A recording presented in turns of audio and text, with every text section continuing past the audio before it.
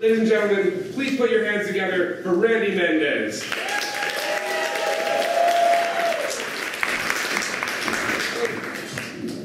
So, despite what I am doing right now in my profession, it might surprise you to find out that I'm a very private person. I have a lot of walls around me, but even more than that, I have walls around everybody else. I put everyone into unique little circles. My coworkers are in a little circle. My actual friends are in a circle. The people who think they're my friends are in another circle. They all are walled off. These are not Venn diagrams. They are walled off. I don't like them to talk to each other. My nightmare scenario is somebody saying, I'm going to throw you a birthday party, and I'm going to invite your family and your friends and your coworkers. And it's like, oh no, they all know a different Randy. I can't have that, okay? They all have different, like I have a different rule set with each group. Like my classmates, they don't even know that I'm Randy. They know me as Randall. That's my legal name. I don't want them to know my real name.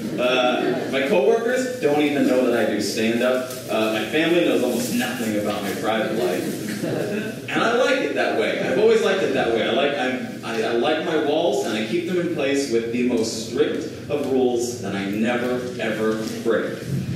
Until I met So this came after a little bit of a breakup. I had been together with a girlfriend for quite some time, and we broke up. Her choice. Happens, and so I needed to leave and find a new place, and I went on a Craigslist, looked for roommates, and one place sounded interesting, and the second the door opened, I was sold. This beautiful happy opened the door. She was a half Mexican, half white. I am half Mexican, half white. I'm very prone to the halfies, and especially the Mexican halfies.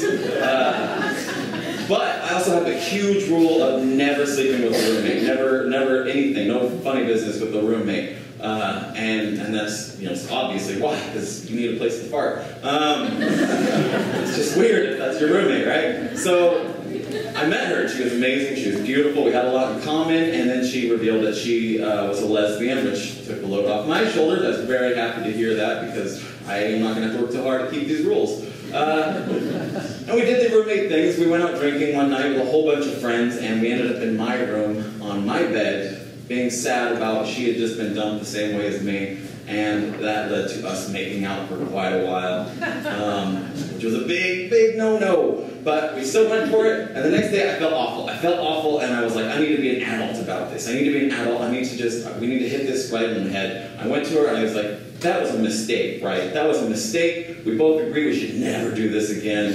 We both want places to fart, right?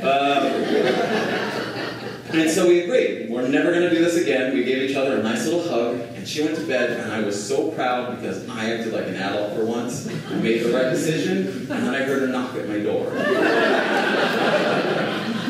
And I went and I opened it, and nobody was there. And I looked out in the hall, nobody's there, but her bedroom door is open. And I walked in there, and she is buck naked on her bed with no covers. And, rules, whatever. Oops. So yeah, I went in there, and I was reminded immediately of why exactly I have these rules. I was immediately, like, the next morning, I wake up to the sound of that same door opening, where I was laying in bed right next to her, and I hear the door open, and I kind of creep my eyes open, and I look up, and there was her ex-girlfriend standing right above us, looking down. I don't know if you've ever seen a shocked look on your face before, never mind one of a lesbian who is seeing her ex-girlfriend in bed with a man, not even like a feminine man, but like this. Yeah, so, and she made a noise that's been forever etched in my head. Let's see if I can do it. She went like that. Okay, let's see. And then what she did, and I felt awful, I felt really bad, but more I was like mad at her. I was like, you're lesbianism, we're supposed to stop this from happening. And I have rules, and I need to, but immediately I was like, we need to put this in place.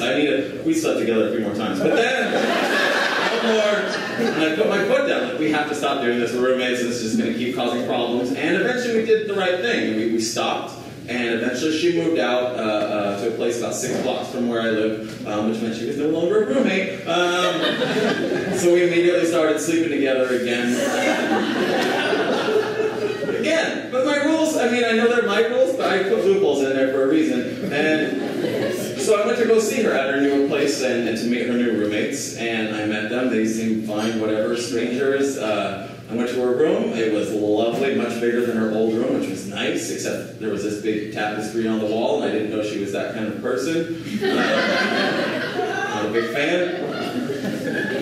And we went out, we had some drinks, we came home, and things got a little bit too wild for my taste. About partway, right in the middle of everything, with no build-up, with no warning, she screams something out that has haunted me to this day. She screams out, no lead-up, "I want you to rape me!" To which I responded, I still don't remember how I responded. I went into the biggest panic attack of my life. I've learned like so much in just a split second about myself. Like, number one, I am really anal about grammar. Like, want, rape, and we're together. It's not possible. But also, I was really disappointed in myself, because I like to think of myself as like a sexually adventurous guy that couldn't be, you could say anything to me and I'd be ready for it. I was not ready for this at all.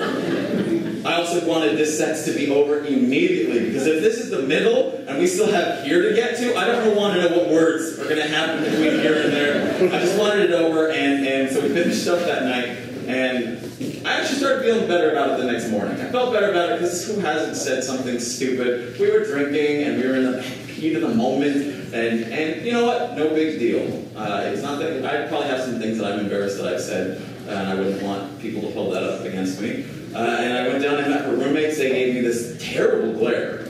This terrible glare. And I didn't really think much of it, because roommate sex is something we have to deal with in our early 20s. You're just going to hear some thumping on the bedroom wall, and you're just going to have to grow up and deal with it. I went upstairs to go grab my things, and I opened her window to let some air in, and that big tapestry that was on the wall started billowing up in the wind. There was no wall between her room and her roommate's room. That tapestry was the wall. And I had the second time panicking in the last 12 hours, because this was an entire thing.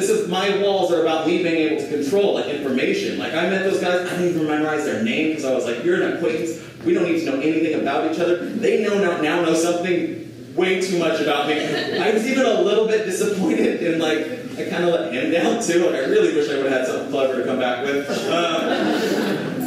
But it scared me. It scared me really bad, and I didn't want to go back down there, because I knew now what they knew, and I knew if I'd meet them, they're just going to keep attributing these things to me. And I kept looking at her window, and like, we're on the second floor. I think I can jump and run and just never see anyone again.